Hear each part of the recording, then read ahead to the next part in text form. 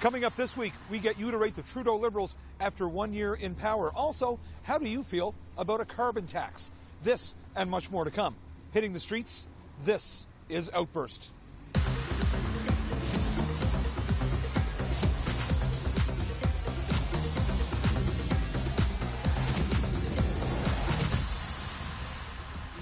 Hello and welcome to Outburst. I'm Glenn McGuinness.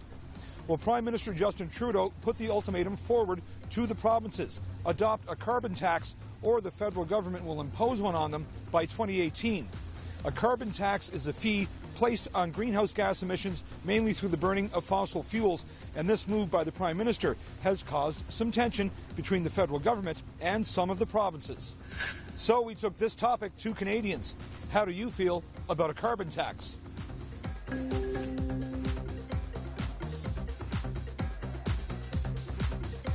Carbon taxes are great, especially for those from the city who have alternatives. A little bit harder on those who are in more isolated contexts, where without a car they'd be completely lost.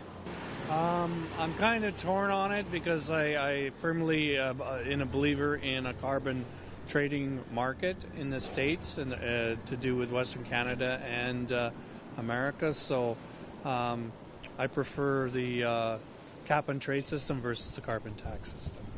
Well, I think that it is not as good as it sounds, and it's not the solution to the problem. We have to leave the fossil fuels in the ground. Totally approve of it. Yeah, absolutely.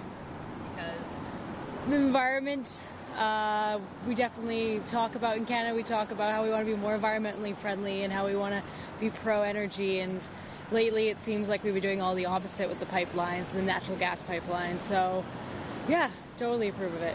Carbon tax, I think it's a great idea. Like anything that's going to help protect our environment when global warming's definitely a huge issue, I think is a good move. We need it. We have to. I don't know if it'll work, but we got to do something. We're never going to get rid of all the cars, but we got to do something. Carbon tax? Geez, I think it's the right way to go. I mean, we have to have the carbon tax in. Well, we just need to claim responsibility for our actions. I mean, we all want to spend the money on the gas, but we don't want to, you know, we just need to do it just because, I mean, if we don't, it's just going to run rampant. We're going to go crazy with this stuff. I just read that the Americans use up 374 million gallons of fuel a day. I mean, we got to somehow account for our actions on that. I think it's a good idea. I haven't read up on it too much, so I don't know if it necessarily works. It seems like a popular idea right now. I guess I'm all for it. I mean, Vancouver is pretty closed in. The smog builds up here pretty quick. So definitely, yeah, I think it probably is a good idea. Yeah, I'm for it. Carbon tax, yes, I'm okay with that. Anything to save the planet is a good thing. So if that's where it has to be put, so be it. Carbon tax. I think it's a good thing. Yeah, let's reduce our emissions, and I'm supportive of any green initiative. My opinion is one and only: no carbon tax. Never, ever, ever. But I have a much better solution for this. But you know, definitely the provincial government will not agree with this. You know, it's the one solution is to raise the prices of oil, prices of gasoline. You know, if you pay more for gasoline, it's much better than to pay taxes for carbon. You know, a carbon tax, I think it's necessary, although it's not the solution. Carbon tax is is really just a stopgap, especially if big companies can trade carbon credits and stuff. That's just like pushing the problem around the world to a different place. So, yeah. I don't really agree with it, but it has to be done as a kind of stopgap measure. If we actually have to pay $1,000 per person or $1,200, that's hard to believe. That's hard to believe. I think that's a little exaggeration. I think it's a good idea as like in general, but I think we have to be careful how we implement it, because it is, no matter what we do, it is going to end up trickling down to our level. But we have to do it in a way that it's not going to affect jobs or affect how we're the best way to, like, how people's lives are working. So, like, it's going to, overall, the money's going to come from us, but we're going to have to do it in a way where it's good for the environment and good for the economy as well. I think currently in this province, our premier had done some public component about that, and I'm kind of where he is. Be consistent. Don't change your argument just because you're in a different community, in a different meeting. Keep it consistent and don't promise what you're not willing to follow through with later. I'm for it. And it will hit me in the pocketbook, but I think that climate change is undeniable, and I'm disappointed, frankly, that this province can't even remain to talk about the carbon tax. Yeah, it's going to hurt jobs and that, but we need to get on with alternate technologies. My God, we flew into Toronto a couple of weeks ago, and you see thousands of these windmill generators, and it's the same thing. We went from there to Halifax. Can you tell me why we're not in this province investing in alternate forms of energy? I feel guilty every time I fire up my boat to go for a cruise around the lake. I know that I'm wrong, so I don't mind paying for it at this point because it's not sustainable otherwise. So I'm for it. I'm absolutely for it. In which year was a free trade deal reached between Canada and the U.S.? 1980, 1987, 1995. 80, 87, 95. I want to say 95 because it sounds the least right, and I feel like it's a trick question. I'd go with 1980. 1995. I think 87. 1987. It's not the right answer, so. It is the right answer. It is, okay, yay! In May 1986, Canada and the U.S. began negotiations for a bilateral free trade arrangement. A deal was reached in October 1987 and came into effect on January 1st, 1989.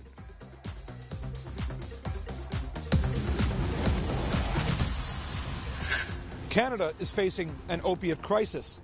The overdose numbers from drugs like fentanyl and other synthetic opiates is causing an epidemic in this country. In an effort to combat this, the Liberal government has put forth new drug regulations which would permit physicians to prescribe pharmaceutical-grade heroin to severe addicts who have not responded to conventional treatments. So would this fight fire with fire approach work, or would it make the problem worse? Our question: should pharmaceutical-grade heroin be available to patients with chronic heroin dependency?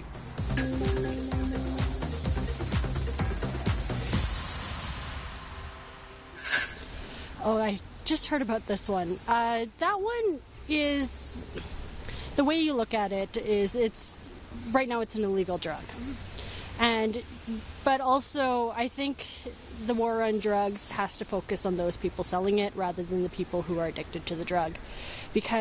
So therefore, providing it to people who are addicted to it is a way to stop them from being dependent on criminals. And I think when you look at it like that, it's a good thing. I think just dealing with addictions, we need to do whatever we can to make it easier for the people who have that plight right now. But in order to really rectify the situation, we need to figure out how to stop them from getting down that road. So, I'm not pro that level of intoxicant of any kind, but when somebody is that far gone, I think there needs to be something that can make their day-to-day life better. And I don't know all about what all that would entail. But initially it's kind of both ways. Like, sometimes it's not something that we really should be taking on, but in other ways we need to figure out why people go down that path, and we need to stop more and more people from doing that.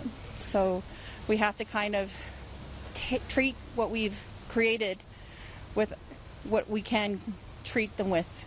And it's unfortunate they've gotten that far, but unfortunately, that's a major component of our society right now, and we need to handle that whole process a lot better. Wow, I am absolutely some kind of a progressive liberal that I didn't realize, because I'm in favor of that one. I spent all of my working career in and around healthcare. If we don't acknowledge the addictions and don't use different ways of treatment and different paths, we're going to have more crime, we're going to have deaths. it's possible that if we do that, then you're enabled to do the next step, which is, you know, get into addictions counseling, do that, clean them up. I mean, have you driven down East Hastings in Vancouver? Wow, what an eye-opener. So, you know, it's an elephant in the room, folks. Let's acknowledge it. Let's get on with it. But it's only one part of the process. We got to do the other steps. That's what I think. I'm not sure how I feel about that. I've not heard of anything like this. I understand, obviously, most major cities in this country have a methadone program and needle exchanges, even shooting galleries where people can, or safe injection sites, I should say, not shooting galleries. And I don't know enough about it to really comment properly. We need to have a more holistic approach to healthcare, including mental health care and addictions in this country. And having an easy out and thinking that problems are going to be solved by some silver bullet are missing the point. We have to be a lot more focused on various areas, not just one. Certainly those who are using heroin regularly are using it not because they're addicted, but because it's serving a purpose. If giving them pharmacy-quality heroin will help them live a more stable life while they do the healing they need so they don't need heroin anymore, that would be most effective indeed. I would say if it's regulated and administered by the proper medical professionals, I say yes. You know, they're doing that study in Holland. There's a woman there, she's been on it for 12 years now, I think, about now, and she seems to be functioning fine. And their society seems to be getting along quite well. I think it's a good thing. I mean, yeah. I don't believe so. It's a tough one to call, but yeah, I don't see that as the answer to helping people the best. I think what they're doing with the monitored injection sites, I think that's a good move at this point, but making everything incredibly readily available at this point, I don't agree with that being the wisest way to go. I think that regarding the drug situation, it makes a lot of sense to monitor it more so, and monitor it in a safe way and in a way where we can, the help is there if it's needed. Yes, absolutely. I feel like going cold turkey is probably one of the worst ways to stop addictions, so yeah. I would think so. I think if you look at what's happening around with the fentanyl crisis, and there's a lot of people dying out there and getting chewed up and spat out, that I would like to see a pharmaceutical grade or a government grade a drug get into the hands of the people that need it. Maybe something along the lines of something similar with the marijuana as well. Just have it kind of run by the government for the people that really need it. You know, the sick and the addicted. I mean, I don't know a ton about the topic, but I know that safe injection sites have been a positive thing. So I think when things are regulated, they can potentially be beneficial as far as reducing the come down and creating a safe environment so there isn't as much susceptibility for overdose. But that's something I probably want to look into more. Heroin dependence? No, definitely no. If you know what, I will tell you something about it, because people speak about such things like self-injection, marijuana or whatever, you know, and even I go further, like abortion, whatever. If you want to take marijuana, if you want to take drugs, if you want to do abortion, whatever, pay for yourself. If you pay for it, you have it. If you don't pay, you don't have it. So if you want to take heroin, you know, heroin will be, let's say, allowed to be prescribed by doctors, yeah? So if you pay for that, it's good. If you don't pay, no. Well, I guess that's a difficult question, as I'm not a doctor. I know that they use methadone, which in some ways is actually worse and more addictive than heroin itself. So yeah, I mean, I don't see it. I mean, just because heroin is illegal and methadone isn't, doesn't make heroin any worse than methadone. So yeah, as long as it's applied in a clinic and is controlled, and those patients that are receiving it are going to counselling, I think, yeah, sure, why not? A lot of people are dying because of the addictions that they have, and they're getting their drugs from untrusted sources. If we regulated and gave out these drugs as a prescription, we wouldn't have the fentanyl crisis the way it is right now. And making the ingredients for fentanyl illegal is making the problem worse, because we're putting more money into the drug dealers' hands. Because when you push something onto the black market, there's more risk, there's more reward, and it's only going to get worse. So us legalizing, making things illegal is making things worse, not better. everything should be legalized and regulated. Stephen McNeil is Premier of which province? Nova Scotia, Newfoundland and Labrador, or New Brunswick?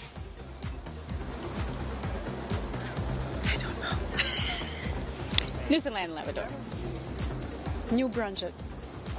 Newfoundland and Labrador? Newfoundland and Labrador. Nova Scotia. Are you sure? No. New Brunswick. That's a good one. I don't know. I'm going to guess Nova Scotia. It's Nova Scotia. Very good. Yeah. Stephen McNeil assumed office as Nova Scotia's Premier on October 22nd, 2013.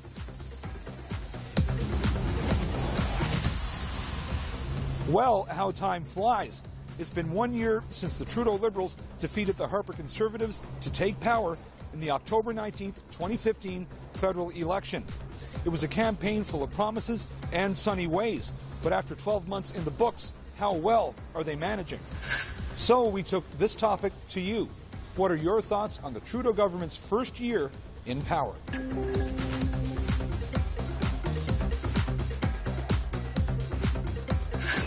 I think he's doing okay. He's still in his, movie star status. We'll see when something really tough comes up.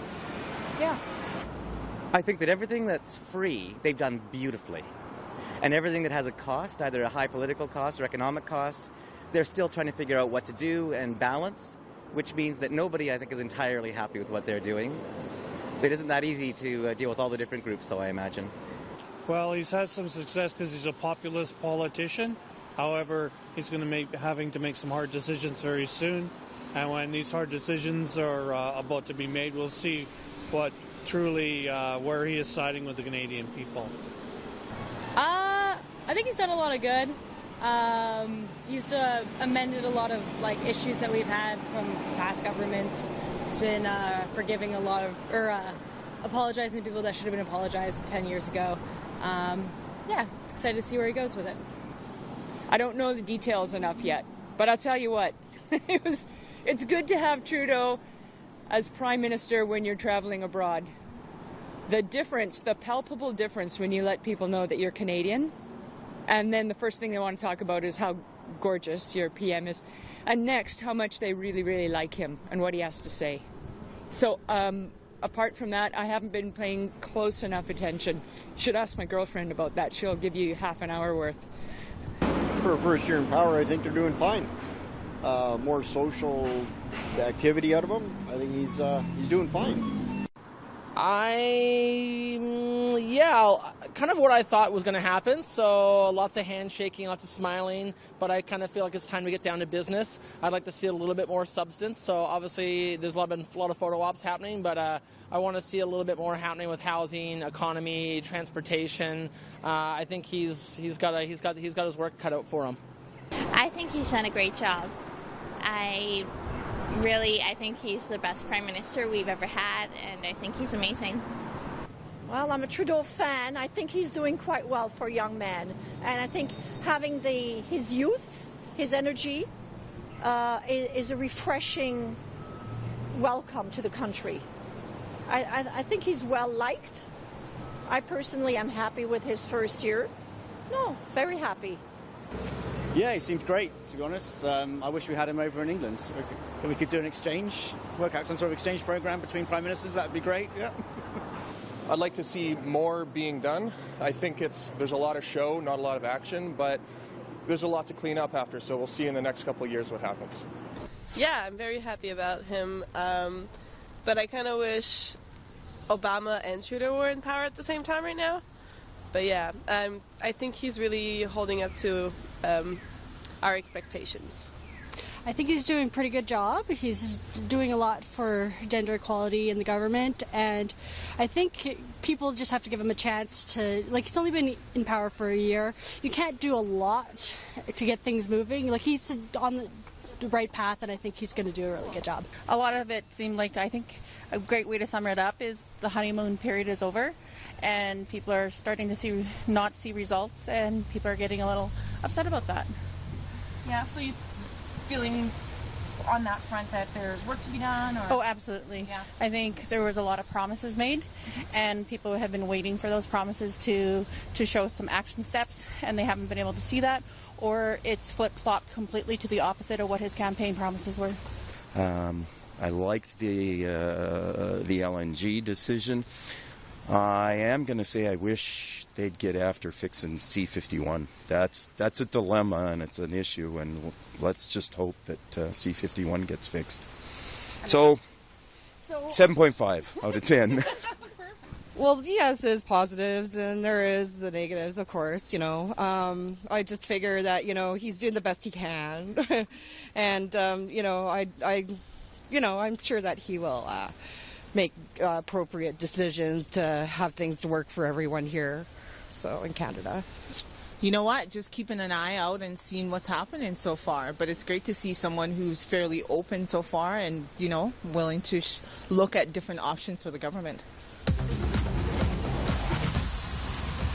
According to a recent report by Statistics Canada, Canadian women working on a full-time basis are only earning 73.5 cents to every dollar earned by men. The Trudeau government showed an example of gender parity by appointing an equal amount of women and men to the federal cabinet. But many say Canada needs to do more work to even the score. So we took this question to the streets. How would you rate gender equality in Canada today?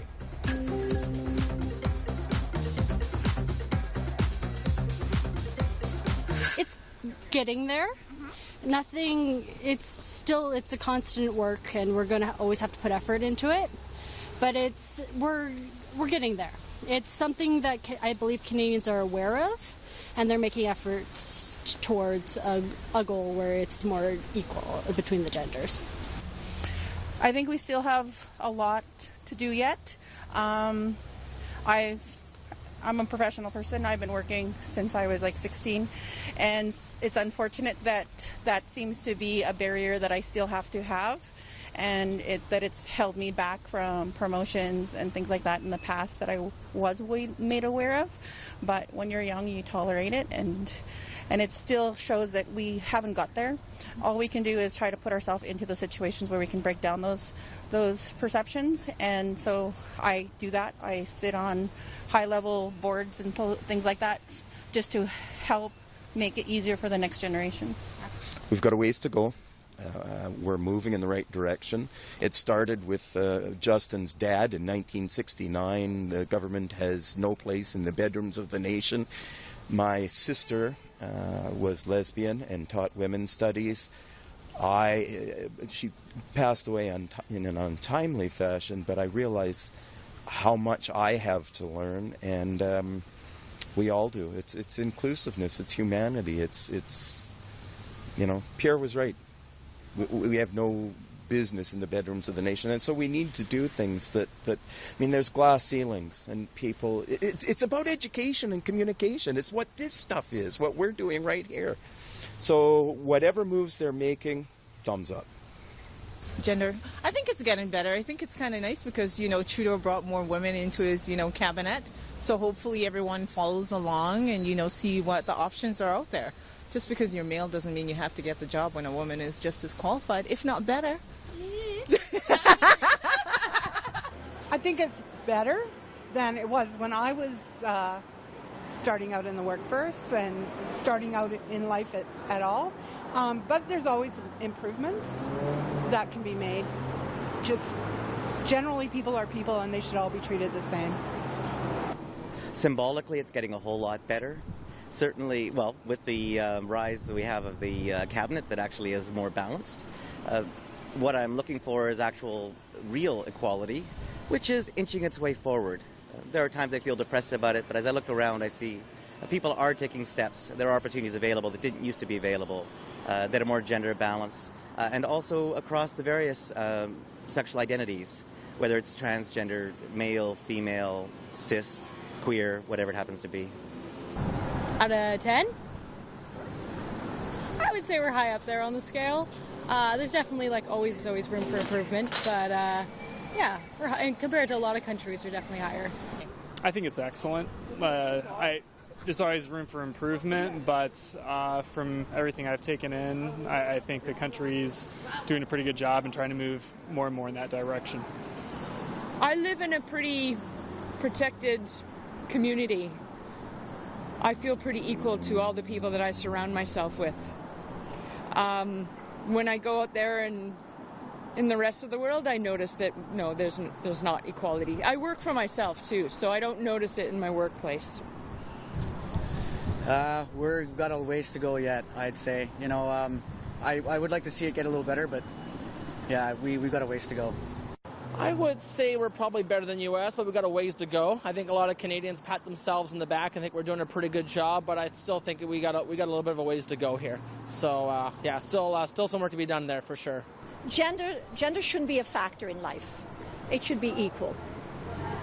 I mean, not to say that certain employments are more geared towards a man because of the physical aspects, perhaps, of a job. Not to say a woman couldn't handle it. However, there are some employments that should be geared more towards a male than a female, without criticizing or putting down females for an employment. But otherwise, in the sense of pay and structure, and it should be equal. I think the world is too advanced to still have gender differences. I mean, I'd like to say it's equal, but the reality is that women are still being paid less for similar jobs that men do, but it's a lot better than a lot of countries globally, but I think there's still always work to be done and improvements to be made. On the Beatles' Sgt. Pepper album, Paul McCartney's outfit features which Canadian symbol? OPP badge, Canadian flag, or a polar bear? Canadian flag. Canadian flag! OPP badge, Canadian flag, or polar bear? Polar bear. The OPP badge. Oh, I don't remember that one. That's a little bit before my time. I'm going to go with the polar bear. I'm going to go OPP. Canadian flag. I'm going to go with OPP as well. The answer? OPP. Yes! Yeah, you know me. The Beatles' 1967 album Sgt. Pepper's Lonely Hearts Club Band contains cover art with Paul McCartney wearing an OPP patch on his fictional uniform. The patch was given to John Lennon on the day after their 1966 concert at Maple Leaf Gardens in Toronto.